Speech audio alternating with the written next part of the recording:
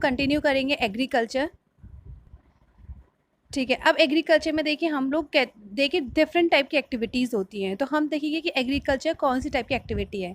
तो transformation from a plant to a finish product involves 3 types of economic activities. तो देखिए जब आप एक प्लांट से कैसे फिनिश प्रोडक्ट बनाते हैं, कैसे इकोनॉमी में, हमारी इकोनॉमी में किस तरह से एक फिनिश प्रोडक्ट बनता है, तो उसमें 3 टाइप की इकोनॉमिक एक्टिविटी इन्वॉल्व होती है। ठीक है, पहला होता है प्राइमरी एक्टिविटी। प्राइमरी एक्टिविटी में जिसमें हम नेचुरल रिसोर्सेज को किस तरह से नेचर से एक्सट्रैक्ट करते हैं, वो आता है प्राइमरी एक्टिविटी में। जैसे फॉर एग्जांपल एग्रीकल्चर से सपोज आपको वीट मिला, फिर कैसे वीट सेकेंडरी एक्टिविटीज़ में जाके प्रोसेस होने के लिए गया, और कैसे वो वीट से फिर बेकिंग प्रोडक्ट्स बनते हैं, फॉर एग्जांपल उससे ब्रेड बनता है।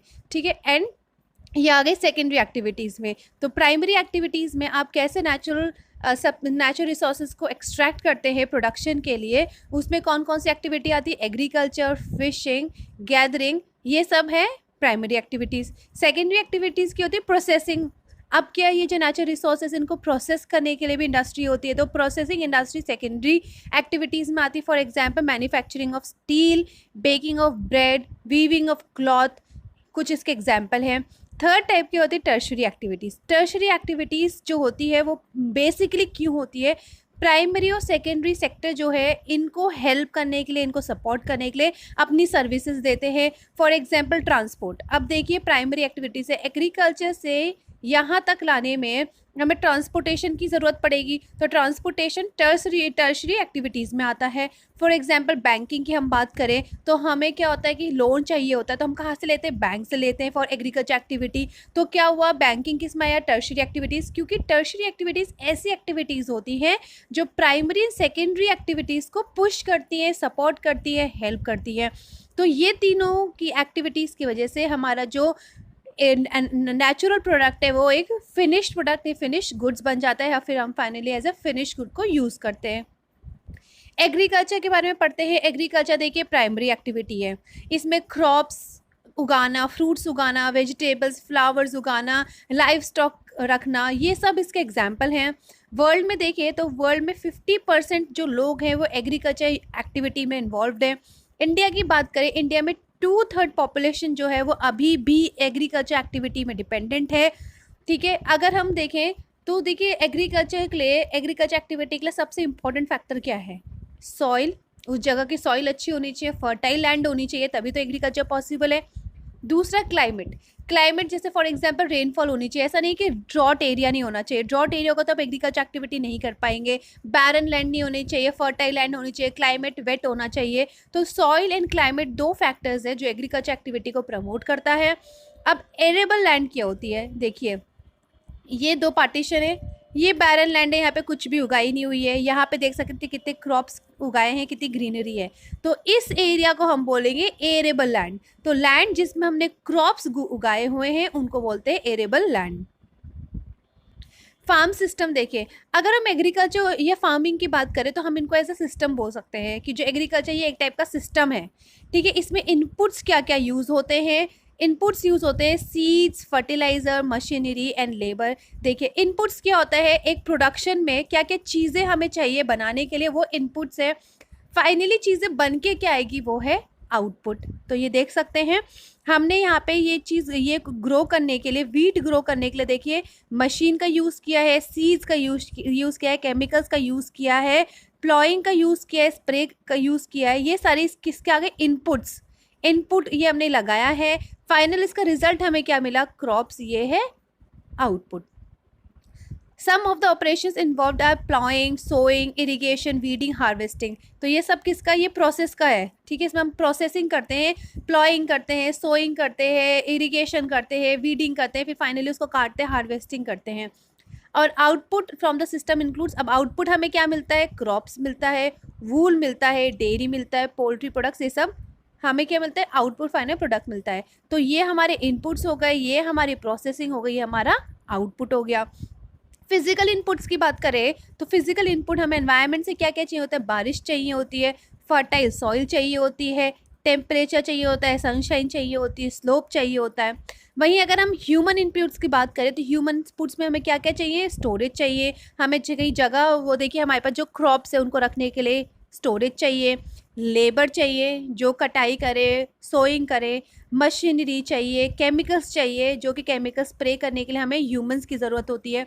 तो ये ह्यूमन इनपुट्स में आ गया। अब देखिए फार्मिंग के भी अलग अलग टाइप्स होते हैं। जियोलॉजिकल कंडीशंस किस टाइप का डिमांड है प्रोड्यूस की, यानी कि लोग क्या वहाँ उस एरिया में ज़्यादा क्या खाना प्रेफर करते हैं, वहाँ पे कितना लेबर अवेलेबल है, कितनी ज़्यादा डेवलप टेक्नोलॉजी है, कितनी लो लेवल टेक्नोलॉजी है। इस बेसिस में हम फार्मिंग को दो टाइप में डिवाइड करते हैं, एक है सब्सिस्टेंस फार्मिंग, एक है कमर्शियल फार्मिंग। तो चलिए सब्सिस्टेंस फार्मिंग क्या होती है। सब्सिस्टेंस फार्मिंग वो होती है जब बहुत छोटे लेवल पे फार्मिंग की जाती है। बेसिकली फार्मर्स वो जो उगाई करता है वो अपनी फैमिली के नीड्स को सेटिस्फाई करने के लिए करता है, यानी कि अपने प्लॉट में छोटी सी वो उगाई करता है। इसको हम बोलते हैं सब्सिस्टेंस फार्मिंग, कि अपने लिए सब्सिस्टेंट हो उसके लिए, उस लेवल के लिए फार्मिंग करता है। इसमें अब देखिए जब उसको कम फार्मिंग करनी है तो टेक्नोलॉजी भी लो चाहिए होगी। हाउस होल्ड लेबर यानी कि घर के ही जो कुछ लोग होंगे वही उसमें लेबर का तरह काम करेंगे, और स्मॉल आउटपुट होगा, घर के नीड्स के बराबर आउटपुट होगा। सब्सिस्टेंस फार्मिंग भी दो टाइप की होती है, एक होती है इंटेंसिव फार्मिंग, एक होती है प्रिमिटिव सब्सिस्टेंस फार्मिंग। तो इन दोनों में क्या डिफरेंस है देखते हैं। अब देखिए इंटेंसिव सब्सिस्टेंस फार्मिंग क्या होती है। इसमें जो फार्मर है वो एक छोटे स्मॉल प्लॉट को कल्टीवेट करता है, आप इस इमेज में देख सकते हैं। टोटल लेबर वर्क है, छोटा सा प्लॉट है, इसको ये इरीगेट कर, इसको ये कल्टीवेट कर रहा है। तो इसमें जो फार्मर है वो छोटे से लैंड को छोटे से प्लॉट में अपना कल्टीवेशन करता है, सिंपल टूल्स का यूज़ करता है, ज़्यादा इसमें लेबर की ज़रूरत होती है क्योंकि छोटा प्लॉट है तो बड़ी बड़ी मशीन का यूज़ नहीं कर सकता है, तो सिंपल टूल्स का यूज़ करता है, ज़्यादा लेबर होते हैं।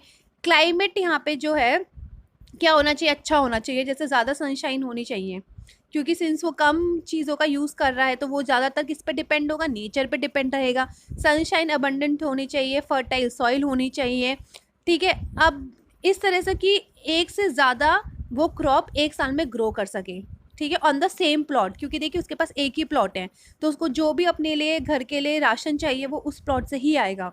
तो इसलिए वो एक ही पूरे साल एक ही क्रॉप नहीं उगा सकता, तो उसको अपनी अपनी जो लैंड है वो इस तरह से चाहिए कि वो उस प्लॉट में, एक सेम प्लॉट में साल में एक से ज़्यादा क्रॉप ग्रो कर सके। अब हम बात करें तो ऐसी जगह में जो राइस है वो मेन क्रॉप होती है। अदर क्रॉप्स देखें तो वीट होती है, मेज़ होता है, पल्सेस होती है, ऑयल सीड्स होता है।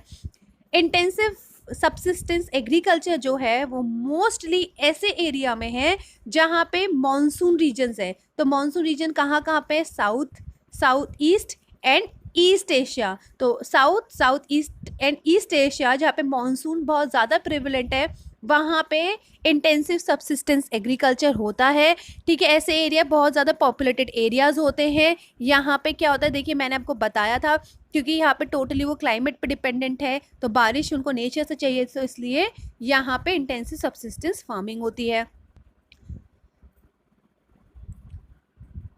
अब देखिए इंटेंसिव ये हो गया। अब प्रिमिटिव सब्सिस्टेंस एग्रीकल्चर क्या होता है। तो प्रिमिटिव में दो टाइप का एग्रीकल्चर आता है, एक होता है शिफ्टिंग कल्टीवेशन, एक होता है नोमैडिक हर्डिंग। तो देखिए मैंने आपको अपने एक प्रीवियस लेसन में शिफ्टिंग कल्टीवेशन बताया था। तो देखिए शिफ्टिंग कल्टीवेशन में बेसिकली क्या होता है, कुछ लोग होते हैं वो लोग आते हैं, फॉरेस्ट होता है उसको काट के उसको वो जला देते हैं, स्लैश एंड बर्न कर देते हैं। वो कुछ टाइम उसको छोड़ देते हैं तो वो जो एशेज़ होती है उससे जो सॉइल होती है उसकी फर्टिलिटी इंक्रीज़ होता आती है। उसके बाद यहाँ पे वो फार्मिंग करते हैं। फार्मिंग करने के बाद कुछ टाइम बाद, कुछ सालों बाद सॉइल की फर्टिलिटी क्या होती है, ख़त्म हो जाती है, सॉइल इनफर्टाइल हो जाती है। वो सॉइल को छोड़ देते हैं और वापस से वो फॉरेस्ट को ग्रो करने के लिए छोड़ देते हैं और फिर वो दूसरी जगह में चले जाते हैं। सेम प्रोसेस होती है, इसको बोलते हैं शिफ्टिंग कल्टीवेशन। ये मोस्टली कौन से एरियाज़ में होती है, thickly forested areas, Amazon basin में, ट्रॉपिकल अफ्रीका में, साउथ ईस्ट एशिया में। इंडिया की बात करें तो इंडिया में नॉर्थ ईस्ट एरिया में होती है। अब देखिए शिफ्टिंग कल्टीवेशन को हर जगह अलग अलग नाम से बोला जाता है। जैसे नॉर्थ ईस्ट इंडिया में झूमिंग कल्टीवेशन कहते हैं, मैक्सिको में मिल्पा कल्टीवेशन बोलते हैं, ब्राज़ील में रोका बोलते हैं, मलेशिया में लादेंग बोलते हैं। तो देखिए ये जब भी ऐसे वर्ड्स आएंगे तो आपको एक्सप्लेनेशन किसका देना है, स्लैश एंड बर्न या शिफ्टिंग कल्टीवेशन का देना है। ये है शिफ्टिंग कल्टीवेशन। दूसरी टाइप की प्रिमिटिव सबसिस्टेंस एग्रीकल्चर होती है नोमैटिक हर्डिंग। नोमैटिक हर्डिंग में मैंने आपको प्रीवियस लेसन में बताया था, ये mostly semi arid and arid areas में होती है, जहाँ पे लोग क्या करते हैं अपने क्लाइमेट रीजन्स की वजह से। देखो ठंड में जब बहुत ज़्यादा ठंड वाले हाई ऑल्टीट्यूड रीजन्स में, जैसे suppose Ladakh Kashmir region India में बहुत ज़्यादा ठंड होती है, स्नोफॉल होता है, तो वो क्या करते हैं लो लाइंग एरियाज़ में आ जाते हैं, वैलीज़ में आ जाते हैं, जहाँ पे ठीक है, जहाँ पे वो अपने जो उनके शीप है उनको क्या कर सके, उनको वो पैस्चर लैंड उनको मिल सके, यानी कि उनको कुछ खाने पीने के लिए वहाँ पे जगह मिल जाए, रहने के लिए मिल जाए। तो क्लाइमेट की वजह से जो लोग होते हैं वो एक जगह से दूसरी जगह अपने कैटल्स को लेके मूव करते हैं, इसको बोलते हैं नोमैटिक हर्डिंग। ये सेमी एरिड या एरिड रीजन्स में बहुत ज़्यादा प्रिवलेंट है। फॉर एग्जांपल कहाँ कहाँ, सहारा डेजर्ट में, सेंट्रल एशिया में, इंडिया के कुछ पार्ट्स है जैसे राजस्थान में, जम्मू एंड कश्मीर में। इसमें क्या आता है, आप इमेज में देख सकते हैं कि किस तरह से ये जो हर्ड्समैन है ये एक प्लेस से दूसरे प्लेस में जा रहे हैं अपने एनिमल्स के साथ for food, for fodder, water along defined routes. ठीक है, इनका डिफाइंड रूट्स होता है कि कहाँ पे जाएंगे, फिर वापस से ये सेम जगह में आ जाते हैं।